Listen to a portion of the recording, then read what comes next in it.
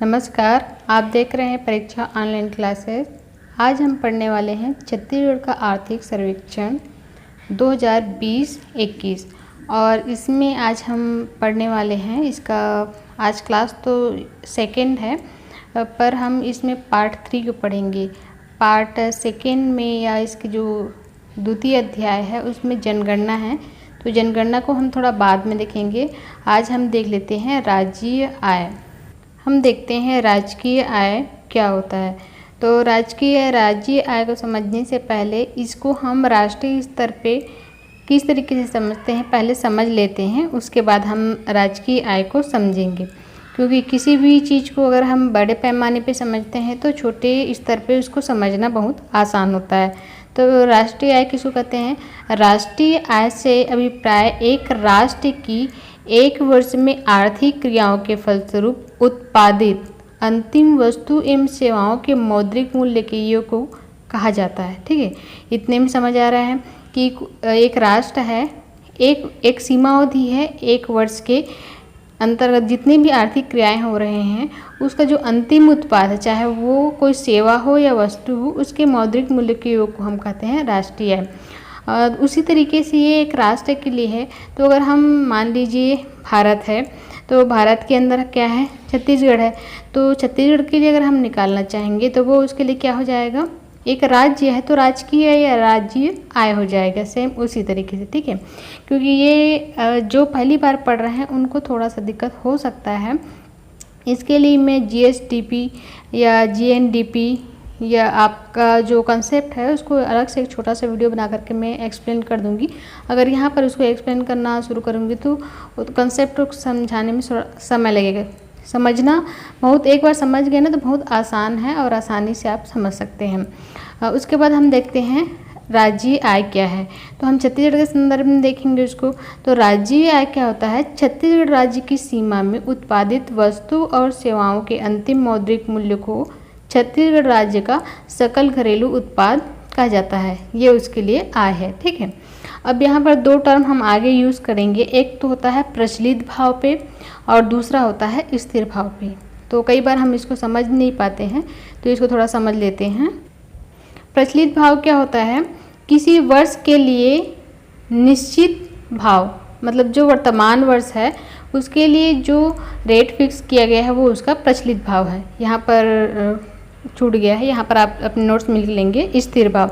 और स्थिर भाव क्या होता है? इसका निर्धारण आधार वर्ष के आधार पर किया जाता है।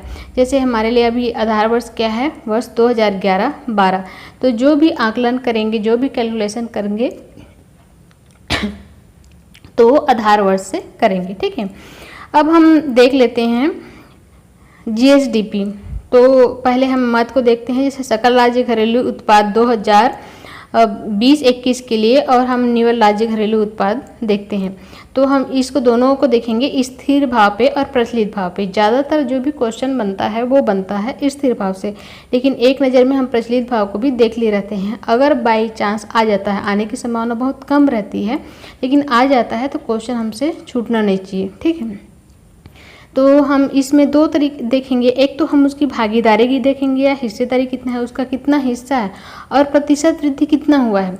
मतलब जो भी हमारा कुल आय है, जो जीएसडीपी है, उसमें क्या स्थिति है, उसका हिस्सा कितना है, उसको हम देखेंगे। जो हम राजस्व निकालते हैं बजट में, उसमें कितना हिस्सा है उसका। और जो बीता हुआ वर्ष है, मान लीजिए अभी 2020-21 चल रहा है, तो 2019-20 की तुलना में क्या वृद्धि हुई है या कमी हुई है आपका जीएसडीपी में।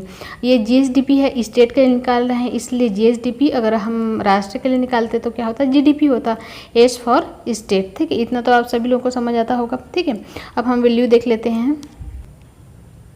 स्थिर भाव पे वैल्यू देख लेते हैं। स्थिर भाव में अगर हिस्सेदारी देखेंगे तो स्थिर भाव में आपका हिस्सेदारी हो गया 2,45,451, या फिर आप इसको याद कर सकते हैं 245,45,1, 2,45,45,1, जैसा भी आपको वैल्यू याद होता है आप याद होना चाहिए जो सभी। उसके बाद प्रतिशत वृद्धि देखेंगे। प्रतिशत वृद्धि में ऋणात्मक क्या है? 1 नेगेटिव में है -1.77। अब इसी को प्रचलित भाव में देखेंगे।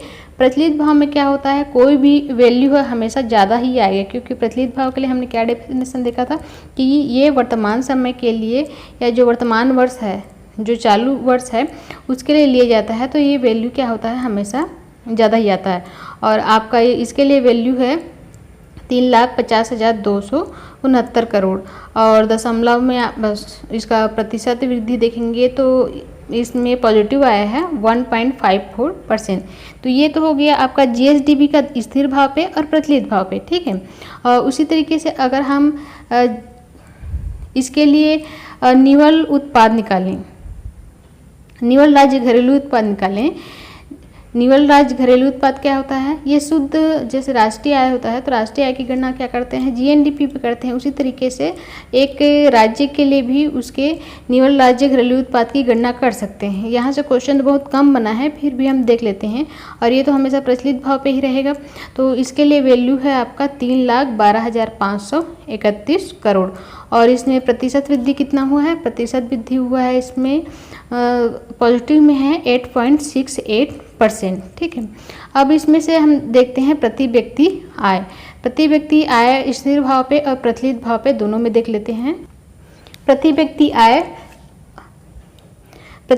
आय आपका है स्थिर भाव पे 82,419 और यही प्रचलित भाव पे है 1,04,943। और इसमें कमी आया है, इसको पहले अध्याय में देखा था। और कमी कितना आया है इसमें, प्रतिशत वृद्धि या कमी आया है 0.14%, है ना। पिछले वर्ष की तुलना में कमी आया है इसमें। और इसके लिए भी वैल्यू हो सकता है, लेकिन बाकी वैल्यू को हम नहीं देखेंगे, उतना ही वैल्यू देखते हैं जो एग्जाम के लिए इम्पोर्टेंट है। और जो मोर इम्पोर्टेंट है इसको स्पेशली मैं बता दूंगी कि इसको तो याद करना ही है ना। उसके बाद हम भारत के संदर्भ में देख लेते हैं। तो भारत के संदर्भ में प्रचलित भाव पे आपका प्रति व्यक्ति आय है पर कैपिटा इनकम 1,26,968। ये आपका भारत का है, अभी आपका छत्तीसगढ़ का है। तो ये हो गया प्रति व्यक्ति आय। अब ये सारे चीज़ का आकलन कौन करता है, आकलन किया जाता है सीएसओ के द्वारा। सीएसओ मतलब केंद्रीय सांख्यिकी संगठन के द्वारा पहले किया जाता है, लेकिन अभी वर्तमान में क्या हो गया है, इसको मर्ज कर दिया गया है। और ये दोनों मतलब केंद्रीय सीएसओ और एनएसएसओ वो मिल करके एनएसओ राष्ट्रीय सांख्यिकी संगठन, इनके द्वारा ये किया जाता है। राष्ट्रीय आय का आकलन या फिर सर्वेक्षण जो जारी किया जाता है उसके द्वारा किया जाता है। ये जो हम हिस्ट्री पढ़ेंगे ना उसमें डिटेल से पढ़ेंगे, यहाँ पर उसमें डीपली नहीं जाएंगे। अब देखिए राष्ट्रीय आय की गणना कैसे की जाती है। तो राष्ट्रीय आय की गणना करने के लिए 3 क्षेत्र में उसको पहले बांट दिया जाता है।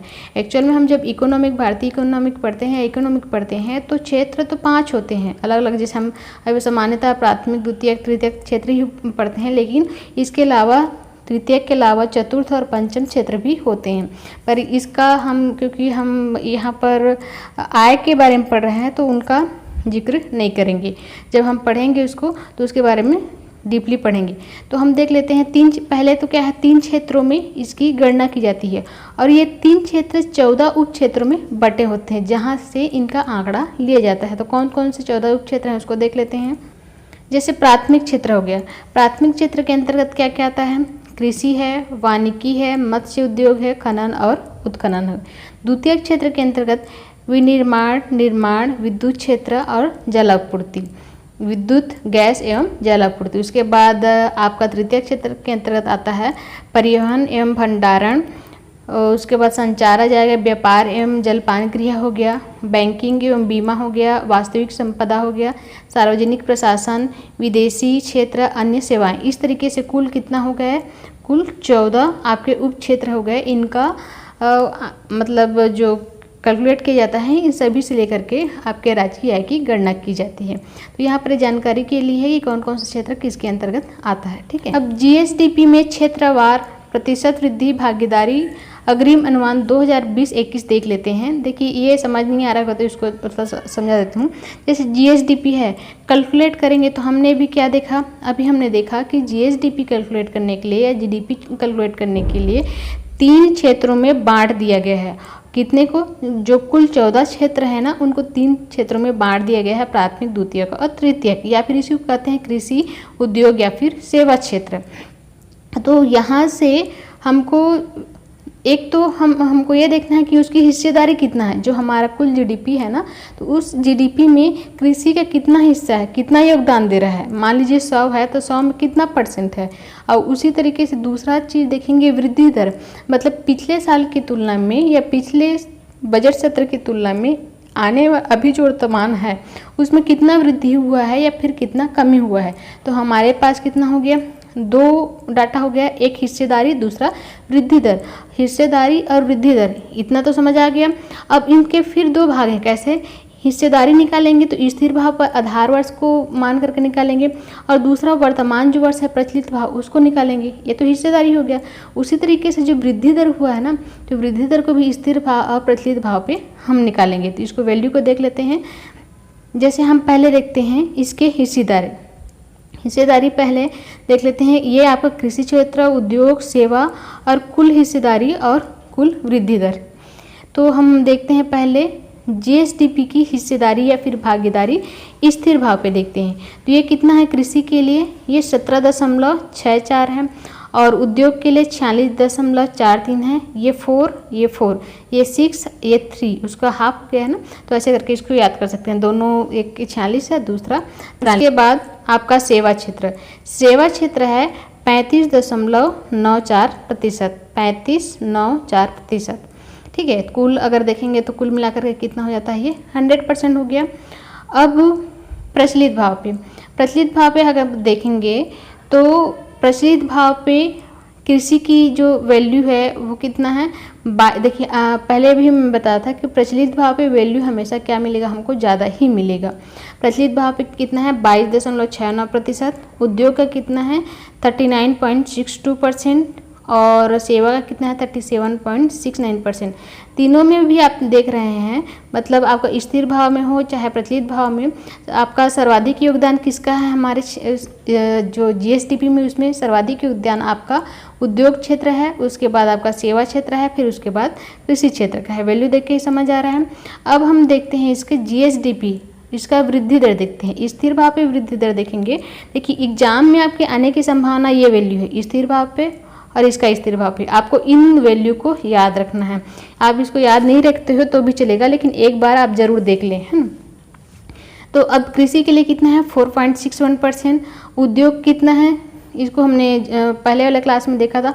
उद्योग के बहुत नकारात्मक चला गया है, नेगेटिव में है -5.28%, और सेवा का कितना है, इसका भी कम हुआ है पर नेगेटिव नहीं है 0.75%। अगर कुल इसका वृद्धि दर देखेंगे ना, तो कुल में आपका कितना है माइनस एवरेज में 1.77%, -1.77। ठीक है। अब उसी को प्रचलित भाव पे देखते हैं। प्रचलित भाव पे आपका है कृषि क्षेत्र के लिए 10.40%, और उद्योग के लिए और सेवा के लिए दोनों का सेम वैल्यू है, पर ये क्या है नेगेटिव में है। ये 3.34% और इसका 3.34%। ये नेगेटिव में है, ये पॉजिटिव में, इसको याद रखना है। अगर हम टोटल देखेंगे, कुल देखेंगे तो ये है 1.54। देखिए अगर आप लिखना चाह रहे हैं तो लिख सकते हैं, या फिर ज़्यादा अच्छा होगा आप स्क्रीनशॉट लेकर के रख लेंगे, बाद में आप भी लिख सकते हैं। ठीक है। पहले में क्या है, एक बार अगर पहली बार पढ़ रहे हैं तो एक बार पहले आप सुन लीजिए और साथ में स्क्रीनशॉट लेते जाइए। उसके बाद में आराम से अपना नोट्स बना लेंगे, क्योंकि वैल्यू है तो एक बार समझ लेंगे तो ज़्यादा आसानी होगा समझने में। अब हम देखते हैं जो हमने देखा ना क्षेत्रवार देखा, तो उसी में कुल देख लेते हैं। जैसे स्थिर भाव पर हम देखेंगे सर्वाधिक हिस्सेदारी किसका है, सर्वाधिक हिस्सेदारी आपका उद्योग क्षेत्र का है। इसको पहले देखा उद्योग क्षेत्र का है। उसके बाद सर्वाधिक प्रतिशत वृद्धि अगर देखेंगे तो कुल का देख रहे हैं, मतलब ऐसे ही याद करने के लिए अगर आ जाता है तो सर्वाधिक प्रतिशत वृद्धि किसका है, अन्य सेवाओं का है। अन्य सेवाओं का जिसका वैल्यू है 13.17%, और न्यूनतम प्रतिशत वृद्धि है खनन एवं उत्खनन का। जाहिर सी बात है खनन या उत्खनन अभी लॉकडाउन के कारण क्या है पूरी तरीके से बंद था, तो ये नेगेटिव में है -24.40%। अब इसके देखते हैं कि जो जीएसडीपी है, जीएसडीपी में क्षेत्रवार प्रतिशत वृद्धि अग्रिम अनुमान 2020-21 में। तो जीएसडीपी में अभी तो हमने देखा वैल्यू, वो सबको हम इन फर्स्ट इसको मिला करके साथ में एक वैल्यू ले लिया है। अब उसी के लिए हम क्षेत्र को देख रहे हैं कि उस क्षेत्र में किसका, कृषि क्षेत्र में हुआ तो कृषि क्षेत्र में किसका, मत्स्य पालन का हुआ है, पशुपालन का हुआ है, या किस क्षेत्र का सर्वाधिक हुआ है उसको हम देखेंगे, क्योंकि क्वेश्चन अब यहाँ से उठाता है, सीधा सीधा नहीं पूछता है। तो देखिए हम इसको क्या देख रहे हैं, जीएसडीपी में क्षेत्रवार प्रतिशत वृद्धि, भागीदारी नहीं है ना, ये क्या है, प्रतिशत वृद्धि, मतलब अभी जो वर्तमान वर्ष है पिछले वर्ष की तुलना में कितना वृद्धि हुआ है उसको दोनों में देख रहे हैं, स्थिर भाव में देख रहे हैं और प्रचलित भाव में देख रहे हैं। तो पहले हम देख लेते हैं स्थिर भाव में। तो स्थिर भाव में क्षेत्र कृषि, उद्योग और सेवा, तो कृषि क्षेत्र में सर्वाधिक वृद्धि किसका हुआ है, सर्वाधिक वृद्धि हुआ है आपका पशुपालन का। ठीक है, हमने ये वैल्यू पहले देखा है 4.61 -5.28 और 0.75, ठीक है, वही वैल्यू है। लेकिन इस हिस्सेदारी में, मतलब इस 4.61 में किसका योगदान सर्वाधिक है, 11.73%, मतलब इसके अंतर्गत आएगा आपका पशुपालन। हमने देखा ना जो 14 क्षेत्र वो उसी को, कई बार समझ नहीं आता है, तो इतना में क्लियर हो गया। तो आपका हो गया कृषि के अंतर्गत सर्वाधिक है योगदान किसका, पशुपालन का। उद्योग के अंतर्गत किसका है, निर्माण क्षेत्र का है। सेवा के अंतर्गत अन्य सेवाएं, इसके लिए वैल्यू है। देखिए पहले तो आप इस वैल्यू को याद रखिए, मतलब जो क्षेत्र है उसको पहले याद कीजिए, क्षेत्र याद हो जाता है उसके बाद आप वैल्यू को याद करेंगे। अब इसको हम प्रचलित भाव पे देखते हैं। तो कृषि क्षेत्र, उद्योग क्षेत्र और सेवा क्षेत्र, इसके लिए हमने देखा था कृषि क्षेत्र के लिए 10.40%, उद्योग के लिए -3.34%, सेवा के लिए 3.34%, सेम था दोनों के लिए, इसको हम देखे थे। अब हम इसको देखेंगे कि इसमें किसका योगदान सर्वाधिक है, ये हम प्रचलित भाव पे देख रहे हैं। प्रचलित भाव में इसमें भी क्या है, पशुपालन ही है। उसके बाद इसमें भी क्या है, इसमें बस अंतर को पकड़ना है, इसमें पशुपालन है, इसमें भी आपका अन्य सेवाएं हैं, पर इसमें क्या है, विनिर्माण की जगह क्या आ गया है, विनिर्माण आ गया है।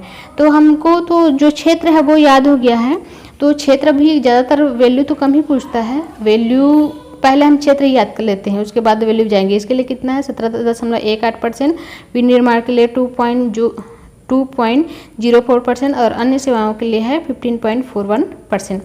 जैसे हमने प्रतिशत वृद्धि जीएसडीपी में प्रतिशत वृद्धि देखा और उसके क्षेत्र देखे, तो उसी तरीके से जीएसडीपी में क्षेत्रवार प्रतिशत भागीदारी या हिस्सेदारी 2020-21 के लिए कितना है उसको देखते हैं, उसको देख लेते हैं। इसको भी हम स्थिर भाव और प्रचलित भाव पे देखेंगे। तो क्षेत्रवार देख लेते हैं। जैसे आपका कृषि क्षेत्र के लिए वैल्यू ऊपर लिखा गया है, इसको आप अपने नोट्स में सुधार लेंगे। कृषि के लिए कितना है आपका 17.64% और उद्योग के लिए कितना है 46-43, इसको देखा था 46 और 43, और सेवा के लिए कितना है 35.94%। अब इसमें सर्वाधिक किसका है, सर्वाधिक योगदान कृषि के लिए किसका है, तो इसमें है आपका फसलों का योगदान सर्वाधिक है, इसके लिए वैल्यू है 10.63%। उद्योग क्षेत्र में सर्वाधिक योगदान है आपका विनिर्माण का 17.30% और सेवा क्षेत्र के लिए है स्थावर संपदा का, इसका वैल्यू है 9.07%। उसी तरीके से प्रचलित भाव के लिए देखें तो अगर क्षेत्रवार हम देखते हैं तो कृषि क्षेत्र के लिए हमने इसके लिए वैल्यू निकाला था 22.69%, उद्योग के लिए 39.62% और सेवा के लिए 37.69%। अब उनमें सर्वाधिक किसको देख लेते हैं। जैसे इसमें कृषि के लिए भी सर्वाधिक, जैसे इसमें आपका फसल था, सेम इसमें भी क्या है, फसल है। इसमें उद्योग में आपका निर्माण है और सेवा में स्थावर संपदा है। मतलब देखिए दोनों में हमने देखा तो ज़्यादा आपको रटने की जरूरत नहीं है, जितना हमने देखा इसमें भी पशुपालन है, इसमें भी पशुपालन है, अन्य सेवाएं इसमें अन्य सेवाएं हैं। केवल निर्माण और विनिर्माण क्षेत्र अलग हो रहा है। जैसे इसमें विनिर्माण आ गया है और इसमें निर्माण आ गया है, उल्टा हो। जैसे इसमें निर्माण था ना, उसमें विनिर्माण आ गया है, बस केवल जो उद्योग क्षेत्र है वही हेर फेर हो रहा है। इसमें भी स्थावर संपदा है, इसमें भी स्थावर संपदा है आपका, इसमें फसल है, इसमें भी फसल है। तो आप क्षेत्र तो आसानी से याद कर सकते हैं। तो इसमें पहले आप क्षेत्रों को याद करेंगे, उसके बाद वैल्यू आएंगे। जीएसडीपी में कृषि, उद्योग एवं सेवा में विभिन्न वर्षों में क्षेत्रवार प्रतिशत हिस्सेदारी में तुलनात्मक अध्ययन। पहले जब हम पहला अध्याय देखे थे उसमें एक बार हमने तुलनात्मक अध्ययन पढ़ा है। इसमें एक बार रिपीट इसलिए कर रहे हैं कि बार बार डेटा देखेंगे तो अच्छे से याद हो जाएगा और इसमें क्लियर हो जाएगा। तो इसको जल्दी से कर लेते हैं। देखिए, हम तुलनात्मक अध्ययन देख रहे हैं किसका किसका, कृषि का, उद्योग का और सेवा का। तो तीनों को देखिए, तीनों वैल्यू को देखिए। इसमें हमको वैल्यू को याद नहीं करना है, इसमें जो उतार चढ़ाव हुआ है ना उसको हमको पकड़ना है। तो पहले आपका है, देखिए कृषि में आपको 2 ऋणात्मक वर्ष दिख रहा है। एक तो है आपका 2015-16 जिसमें वैल्यू गया है नेगेटिव में 0.95% और 17-18 जिसमें गया है -10.90%। तो ये हो गया। और उसके बाद सर्वाधिक है आपका 16-17 में 21.28%। उसके बाद बाकी की वैल्यू हमको जानने की ज़रूरत नहीं है। अभी हम औसत देख लेते हैं। औसत कैसा है? औसत, इसके लिए औसत है 4 और ये 2012 से लेकर के 2021 तक का, पिछला जो 9 वर्ष है वहाँ तक के लिए है 4.77%। उसी तरीके से उद्योग के लिए देखेंगे। उद्योग में अगर हम देखेंगे तो उद्योग में 15-16 के लिए 1.94%। और उसके बाद फिर बढ़ा है, इसमें भी बढ़ा है, फिर आगे फिर बढ़ा है, ये सर्वाधिक हो गया 2018-19 के लिए। उसके बाद अचानक से क्या हो गया, कम हो गया है, फिर नेगेटिव चला गया है। ठीक है, अभी वर्तमान के लिए 2020-21 के लिए वैल्यू क्या है, -5.28%, नेगेटिव में गया है। तो सर्वाधिक कौन सा है? सर्वाधिक आपका 2018-19 का। उसी तरीके से सेवा क्षेत्र के लिए आपका 15-16 का है 5.92। उसके बाद फिर से क्या हो गया है, कम हो गया है, फिर 17-18 में और कम हो गया है, 18-19 में बढ़ा है, 18-19 में सर्वाधिक है 8.32%, फिर से कम हो गया है। उसके बाद 20-21 में और कम हो गया है, सर्वाधिक कमी आपको देखने के लिए मिला है 20-21 में, और इसका एवरेज कितना है 5.23। तो आपको इस वैल्यू को याद रखना है, एवरेज को, और 2020-21 को याद रखना है। बाकी को किस वर्ष मैक्सिमम था मिनिमम था उसको याद रखना है। कृषि क्षेत्र में मैक्सिमम कब था? मैक्सिमम था 16-17 में, और मिनिमम क्या है 2 वर्ष हमको मिला है, लेकिन सर्वाधिक कमी मतलब सर्वाधिक ऋणात्मक किस में है? 17-18 में। उसके बाद उद्योग क्षेत्र में मैक्सिमम कितना है? 18-19 है। सेवा में भी 18-19 में मैक्सिमम वैल्यू है, और मिनिमम क्या है? दोनों के लिए सेम है। मतलब आपको केवल एक ही याद करना पड़ेगा, बाकी तो सेम ही है। और औसत वृद्धि कितना है इसका? 12, जो औसत वृद्धि है जिसमें कुल का निकालेंगे, अगर कुल पिछले 9 साल का अगर पूछता है जीएसडीपी की औसत, जीएसडीपी में सर्वाधिक कब था? ठीक है, औसत में बोल रहा है कि कुल जो 9 वर्ष है ना 2000 आपके 11-12 से 12-13 से, तो वहाँ पर अगर मैक्सिमम पूछेगा कि किस वर्ष सर्वाधिक था, तो सर्वाधिक था आपका 16-17 कौन सा? जो कृषि में है सर्वाधिक वही वर्ष है। और कमी देखिए, कमी तो केवल आपको एक को याद रखना है, बाकी तो सब कमी कब हुआ है? 2020-21 में ही कितना है? 1.77। अब जीएसडीपी का प्रतिशत वितरण 2020-21 में स्थिर भाव पे। देखिए, अभी जो इतना सफिशिएंट है, इतना जो हम पढ़े हैं ना उतना भी पढ़ लिए तो सफिशिएंट है। फिर भी क्योंकि आने वाले जो चैप्टर में हम इसको पढ़ेंगे ही और कई बार पूछ देता है, तो एक फ्रेम मैंने बना दिया है, इसको आप मतलब पढ़ लेते हैं तो उसके बाद तो क्वेश्चन, क्योंकि सभी वैल्यू को तो याद नहीं कर पाएंगे, बार बार अगर आप देखेंगे तो थोड़ा बहुत अगर याद भी हो जाता है तो अच्छा है। जीएसडीपी का प्रतिशत वितरण 2020-21 स्थिर भाव पे। अब एक एक का जो हमने आपका जो 14 क्षेत्र देखे थे ना उसको देख लेते हैं। अगर वैल्यू याद हो जाता है तो ठीक है, नहीं भी होता है तो कम से कम जो एक मोटा मोटा अनुमान है वो आपको होना चाहिए, अगर क्वेश्चन आता है तो बनना चाहिए वहाँ से। पहला है इसमें फसल के लिए भागीदारी कितना है? भागीदारी है 10.63% वृद्धि हुई है, और इसमें हमेशा उतार चढ़ाव देखने को मिला है। वृद्धि दर है 4.63%। इसको जब फसल के बारे में पढ़ेंगे ना तो और विस्तार से देखेंगे, एक बार वैल्यू देख ली रहेंगे, नज़र में निकले रहेगा तो आसानी से हमको समझ आएगा। और ऋणात्मक वृद्धि दर आपका मिला है ये 17-18, अभी हम देखे भी है ना, इधर 17-18 है, 2 है, लेकिन इसको हम ले रहे हैं। उसके बाद दूसरा पशुपालन है। पशुपालन है भागीदारी, पशुपालन की भागीदारी है 1.93%, हमेशा वृद्धि हुई है, इसमें अभी कभी नहीं हुई है। और वृद्धि दर है 11.73%। ऋणात्मकता अभी इसमें देखने के लिए नहीं मिला है पशुपालन में। तीसरा है इसमें वन उद्योग की भागीदारी, वृद्धि दर ऋणात्मकता, भागीदारी है 2.73%, वृद्धि दर है 0.39%। और इसमें हमेशा उतार चढ़ाव देखने के लिए मिला है। अभी वर्तमान वर्ष में इसमें वृद्धि हुई है।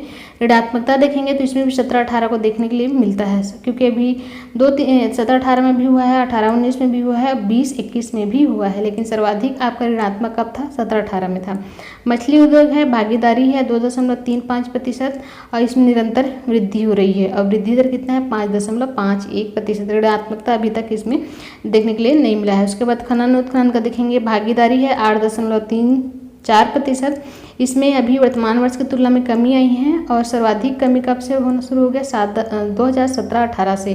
वृद्धि दर देखेंगे 24.40%। ऋणात्मक वर्ष है 2020-21।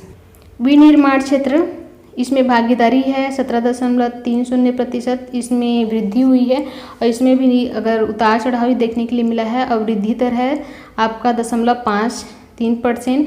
ऋणात्मक कब हुआ है? 2016-17 में। विद्युत गैस जल आपूर्ति में भागीदारी देखेंगे तो भागीदारी है इसका जीएसडीपी में 9.57%। इसमें वृद्धि हुई है और वृद्धि दर है 0.94%। ऋणात्मकता 2020-21 में। निर्माण क्षेत्र में देखें तो भागीदारी है 11.23%। इसमें वृद्धि हुई है, 2016-17 से वृद्धि होना शुरू हुआ है और वृद्धि दर है 0.90% और ऋणात्मक मिला है आपका 15-16 में।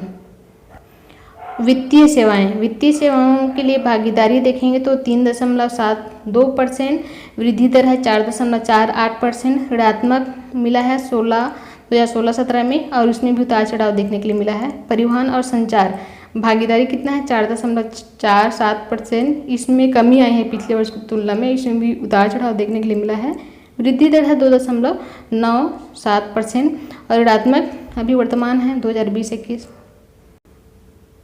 उसके बाद है अंतिम इसमें लोक प्रशासन। लोक प्रशासन में भागीदारी अगर देखेंगे जीएसडीपी में कितना है तो 5.48% है, वृद्धि हुआ है और 17-18 से वृद्धि होना शुरू हुआ है और वृद्धि दर है 9.24%। इसमें भी ऋणात्मकता नहीं मिला है।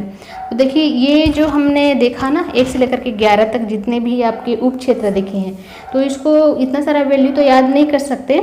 जब हम एक एक टॉपिक आगे बढ़ते जाएंगे ना तो इसमें आगे हम इसको पढ़ने वाले हैं। हर जगह हम उसकी भागीदारी वृद्धि दर देखेंगे और कब ऋणात्मकता था, उतार चढ़ाव था कि वृद्धि हो रहा है, ये पढ़ेंगे। तो एक हमने फ्रेम ब्लूप्रिंट देख लिया है और जो इम्पोर्टेंट रहेगा उसको हम अच्छे से याद कर लेंगे। आप इसमें देखिए पहला, दूसरा, तीसरा, चौथा, पाँचवां तक देखिए है प्राथमिक क्षेत्र का है। 6वां, 7वां, 8वां जो हमने अब देखा ना वो द्वितीय क्षेत्र हो गया और 9वां, 10वां, 11वां ये आपका तृतीय क्षेत्र हो गया। तो इस तरीके से जो सेकेंड टॉपिक है आपका राज्य आय ये कंप्लीट हो गया। इसमें अगर किसी को किसी प्रकार का कोई डाउट होगा तो आप कमेंट के माध्यम से ज़रूर बताइए। अगर कुछ समझ नहीं आया होगा तो भी पूछ सकते हैं। अगर अपना कोई सुझाव है तो जो भी है अपना सुझाव, अपना फीडबैक ज़रूर दीजिएगा। आज के लिए बस इतना ही। नेक्स्ट टॉपिक के साथ फिर मिलेंगे और जिन्होंने अभी तक चैनल को सब्सक्राइब नहीं किया है प्लीज़ सब्सक्राइब कर लीजिए और बेल आइकॉन को प्रेस जरूर कीजिएगा, जिससे आपको क्या है प्रॉपर नोटिफिकेशन मिलता रहता है। और वीडियो पसंद आता है तो लाइक शेयर जरूर कीजिएगा। ठीक है, थैंक यू सो मच।